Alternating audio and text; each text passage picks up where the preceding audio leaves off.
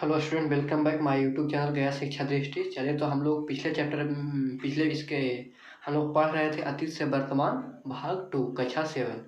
तो इसमें हम लोग ये छापखाने के बड़े पढ़े थे कि छापखाना नहीं होने के कारण क्या करते थे, नकल नबी जो हुआ करते थे वो पांडुलिपियों का नकल करके दूसरा पांडुलिपि बनाते थे, जिसमें कि पांडुलिपि बनते बनते उसमें कई तरह के परिवर्तन होते गए। तो वहीं पे हमारा वीडियो समाप्त हो गया था, पिछला वीडियो। अब इसके आगे हम लोग इसमें पढ़ेंगे। चलिए, तो देखते हैं। कह रहा, आधुनिक पटना स्थित खुदा बख्श ओरिएंटल लाइब्रेरी मध्यकालीन भारतीय इतिहास को जानने एवं समझने के प्रमुख स्रोत का केंद्र है। इसमें अरबी तथा फारसी में लिखी ज्ञान विज्ञान संबंधी ऐसी पुस्तकें हैं जिनसे मध्ययुगीन इतिहास और संस्कृति के बारे में मौलिक जानकारी प्राप्त होती है। ठीक है, देखिए, आप ओरिएंटल लाइब्रेरी जाते हैं अगर खुदा बख्श तो वहाँ आपको पुराने समय का ये सारी चीज़ें मिल जाएंगे, अभिलेख वगैरह। ठीक है, देखिए, लघु चित्र का नमूना यहाँ पर दिखाया गया है, किस तरह से लघु चित्र बनाया जाता था। ठीक है, लघु चित्र यानी कि उसमें देखिए राजा का दरबार है, वहाँ पर किस तरह से हाथी है, मंत्री बैठा हुआ है, उसका पूरा फिगर दिखाया गया है। चलिए, उस समय की कई पुस्तकें सचित्र होती थी। ये चित्र अक्सर किताब के पूरे पन्ने पर छोटे छोटे चित्रों के रूप में सजे होते थे। फिर उस समय भी जो पुस्तक होती उसमें भी चित्र लगा हुआ रहता था, ये छोटे छोटे लगा हुआ था पन्ने पर। ठीक है, इन लघु चित्रों को मिनिएचर कहते थे, यानी कि जो छोटे छोटे चित्र होते थे उसे क्या कहते थे, मिनिएचर कहा जाता था उस समय। लघु चित्रों को मुगल दरबार एवं उत्तर और दक्षिणी भारत के राजपूत राजाओं के दरबार में महत्वपूर्ण स्थान मिला। इन चित्रों के अधिकतर शाही दरबार, शिकार और लड़ाई के मैदान का चित्रण होता था। देखिए, इन जो आपका चित्र बनाया होता था इसमें क्या होता है, दरबार में किस तरह से राजा बैठे होते थे, दरबार किस प्रकार का होता था, युद्ध होता था तो इसमें किस तरह का होता था, शिकार वगैरह करते थे, उस तरह के मैदान का चित्रण किया जाता था। जैसे कि यहाँ पर देखिए दरबार का चित्र दिया गया है। इस काल में अनेक साहित्य ग्रंथों की रचना हुई। कलहन की राज तरंगिणी इस काल की पहली ऐतिहासिक रचना है। देखिए, कलहन की जो साहित्यिक ग्रंथ रचना हुआ था उसमें कलहन की राज तरंगिणी है, वो इस काल की ऐतिहासिक रचना है, जिससे कश्मीर के इतिहास का वर्णन है। इस राज तरंगिणी में किसका वर्णन है, कश्मीर के इतिहास का वर्णन है। ठीक है, अल बेरूनी की पुस्तक तहकीक ए हिंद, तारीख उल हिंद भी इसे कहा गया है, से उस समय के समाज, धर्म, रीति रिवाज आदि एवं विस्तृत एवं प्रमाणिक जानकारी मिलती है। मिनहाज उस सिराजकृत तबागत ए नासरी में मोहम्मद गोरी एवं गुलाम वंश के शासन पर विस्तृत चर्चा है। जियाउद्दीन बर्नी की पुस्तक तारीख ए फिरोजशाही में तुगलक वंश के राजनीतिक घटनाओं, शासन प्रबंध एवं सामाजिक स्थिति का वर्णन है। अबुल फजल के अकबरनामा में अकबर के शासनकाल एवं प्रशासन एवं राजनीतिक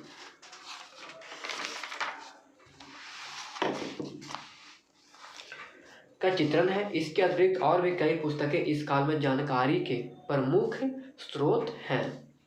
चलिए, अब नामा क्या होता है इसके बारे में जानते हैं।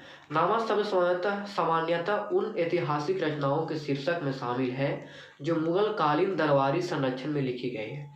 यानी कि नामक शब्द का मतलब होता है, नामक शीर्षक से जो जिस पर नामक शीर्षक लगा दिया गया है उसका मतलब ये हुआ कि जो मुगल काल के दरबार में जो लिखा करते थे, जिसमें कि मुगल शासक का संरक्षण मिला करता था, उसी को नामा कहा जाता था। ठीक है, इस परंपरा का आरंभ अकबर के समय में अबुल फजल के अकबरनामा से होता है। अकबर जब राजा था ये मुगल वंश का, उसी वक्त इसका शुरुआत हुआ था। अब देखिए, संस्मरण करें, किसी व्यक्ति के जीवन की उन बातों का वर्णन है जो उसे याद रहती है और अपनी रुचि और घटना के महत्व के अनुसार उसे प्रस्तुत करता है। संस्मरण करने में किसी व्यक्ति के जीवन में घटना घटता है उसको बारे में लिखना अपनी रुचि के अनुसार। ठीक है, भारत के संदर्भ में मुगल शासक बाबर ने अपनी आत्मकथा तुजुक ए बाबरी तुर्की भाषा में लिखी है। भारत के जो बारे में जो लिखा गया है वो मुगल वंश शासक लिखे थे, ये अपनी आत्मकथा बाबर ने। ठीक है, तो वो लिखे हैं। इसमें कह रहा है कि जिसके अनुवाद फारसी में बाबरनामा कहलाता है, फारसी में इसका अनुवाद करने पर बाबरनामा कहलाता है। उसने अपने लड़कपन की घटनाओं, लड़ाइयों के यहाँ महत्वपूर्ण शासक और उनकी आपसी संबंध, यहाँ के लोगों का रहन सहन, जलवायु, भूगोल आदि के संबंध में सजीव चित्रण किया है। सजीव चित्रण करने वाला उसके बारे में पूरी तरह से लिखा है। उसने अपने पिता उमर शेख मिर्जा का वर्णन कुछ इस प्रकार से किया है। वे कद में छोटे थे, उनकी दाढ़ी गोल और चेहरा मांसल था और वो मोटे थे, यानी कि जो अपने पिता उनके बाबर का जो पिता था शेख मिर्जा, उनके बारे में भी चर्चा किया है। उनका चोगा इतना तंग रहता था कि उसकी डोरियों को बांधने के लिए उन्हें अपना पेट अंदर पिचकाना पड़ता था। चोगा का उनका पेट के बारे में कहा गया है, उनका पेट काफ़ी ज़्यादा बड़ा था, है ना, यानी काफ़ी मोटे किस्म के व्यक्ति थे, तोंदा निकला हुआ था उनका, ठीक है। अगर वे पेट को ढीला छोड़ देते तो अक्सर चोगे की बंध टूट जाती। वे पहनावे और बोली दोनों हितों में रूखे थे, यानी कि बोलने में भी रूखे थे और पहनावे में भी रूखे थे। उनसे मतलब कि अच्छे, उनका विचार अच्छा नहीं था। यात्रियों के वृत्तांत भी इस काल के इतिहास के अध्ययन में सहायक है। इससे सबसे प्रसिद्ध रचना अफ्रीकी यात्री इब्ने बतूता का वृत्तांत है, जिसमें रेहला कहा जाता है। इब्ने बतूता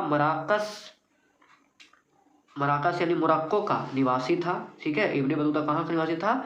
मोरक्को का निवासी था। विश्व यात्रा के दरमियान वह मोहम्मद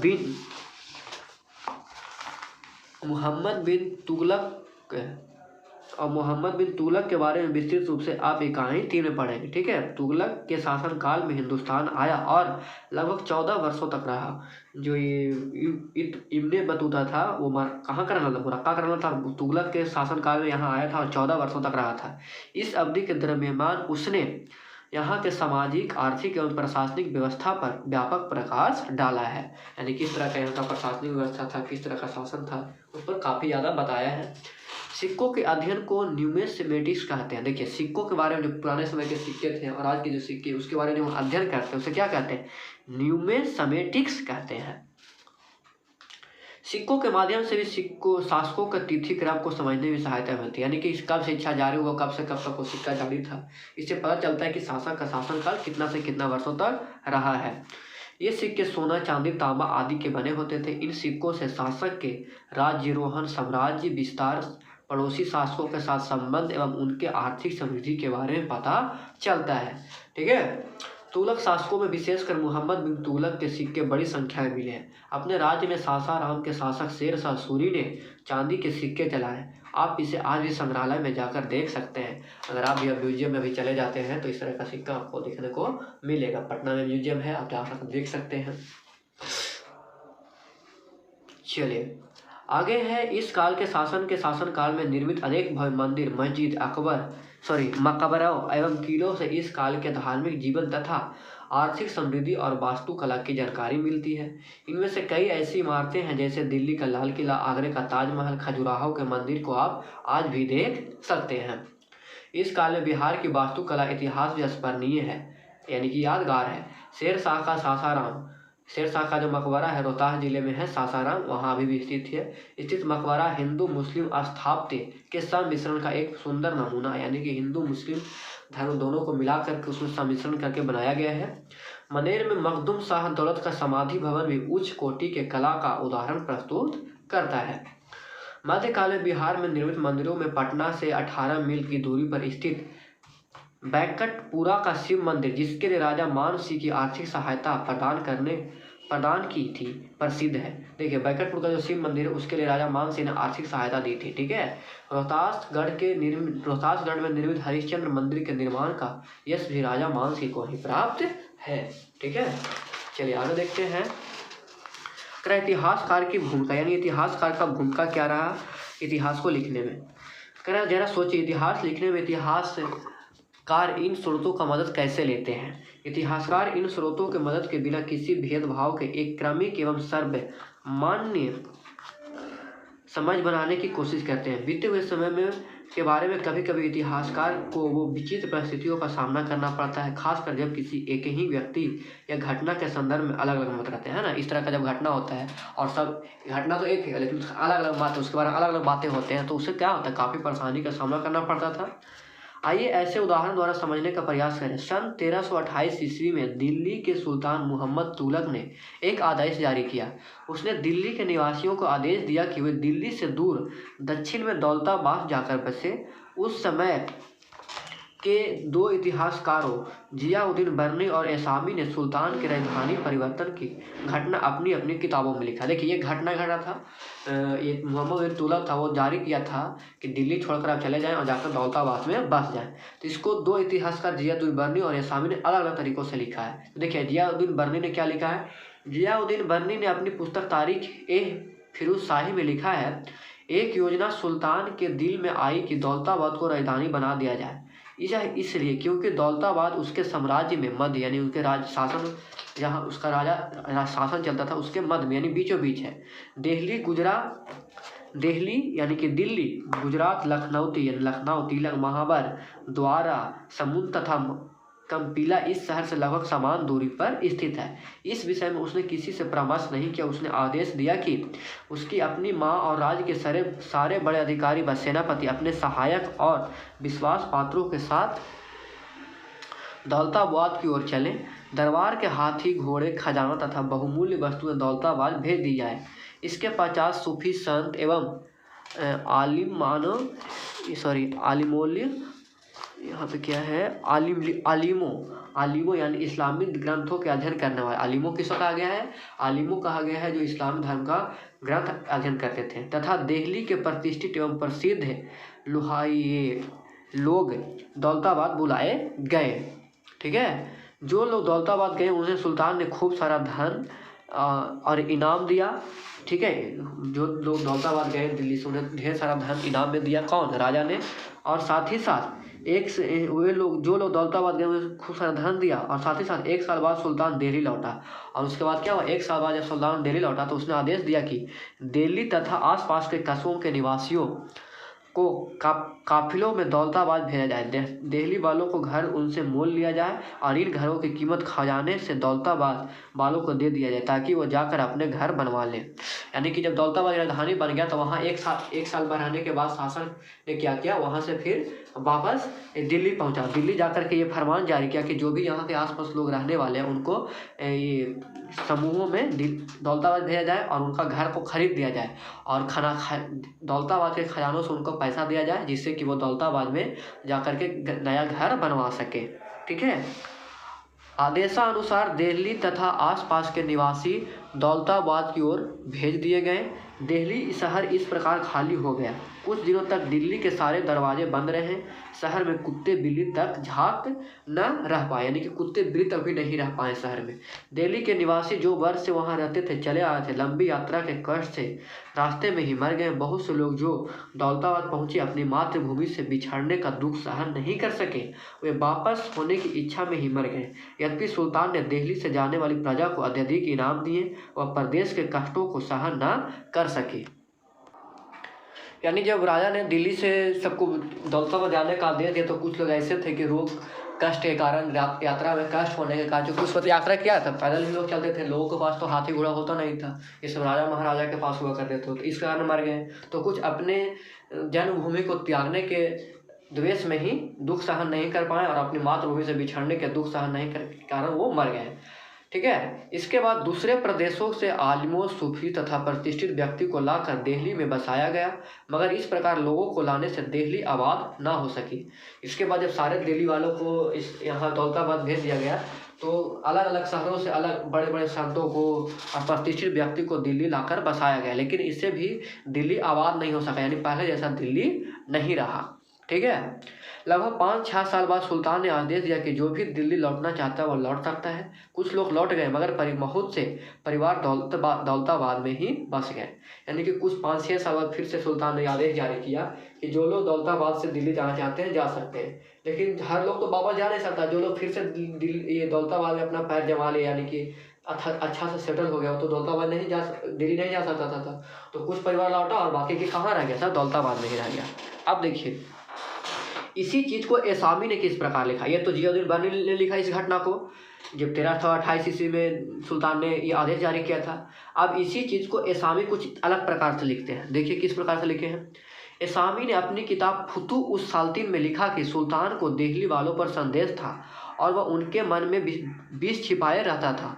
उसने गुप्त रूप से एक कुत्सित योजना, यानी कि खराब योजना बनाई कि 1 महीने में दिल्ली का विनाश कर दिया जाए। उसने सूचना कराई कि जो कोई सुल्तान का हितैषी हो वह दौलताबाद की ओर प्रस्थान करे और जो कोई इस आज्ञा का पालन करेगा उसे अत्यधिक संपत्ति मिलेगी। जो कोई इसका पालन ना करेगा इसका सर काट डाला जाएगा।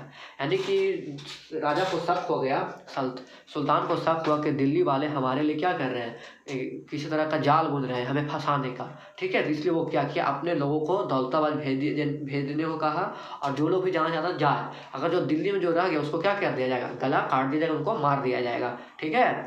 और जो जाएगा दौलताबाद उसे संपत्ति भी दिया जाएगा। इस प्रकार से उन्होंने लिखा है एसामी ने। उसने आदेश दिया कि दिल्ली के में आग लगा दी जाए और सभी लोगों को नगर से बाहर निकाल दिया जाए, ठीक है। पर्दे वाली स्त्री तथा एकांतवासी सूफी को उनके घरों से बाल पकड़कर निकाला गया। इस प्रकार वे लोग दिल्ली से निकले। यानी कि जो पर्दे में महिलाएं रहती थी या फिर सूफी संत थे, उनको क्या किया, ज़बरदस्ती निकाला गया, ठीक है। और इस प्रकार से उन्हें दिल्ली से बाहर कर दिया गया। मेरे दादा भी उसी शहर में रहते थे। उनकी उम्र 90 वर्ष थी और वे एकांतवासी संत थे। वे कभी अपने घर से नहीं निकलते थे। वे पहले पड़ाव में ही मर गए, उन्हें वहीं पे दफन कर दिया गया। देखिए जो एसामी थे, उनका दादाजी थे, उनके 90 वर्ष था, वो एकांतवासी संत थे, इस वजह से वहीं पे रहते थे, लेकिन उनको निकालने की वजह से उनकी मृत्यु उसी वक्त हो गई। चलिए आगे देखते हैं। कह रहा है सभी बूढ़े युवक, स्त्री तथा बालक यात्रा करने के लिए विवश थे।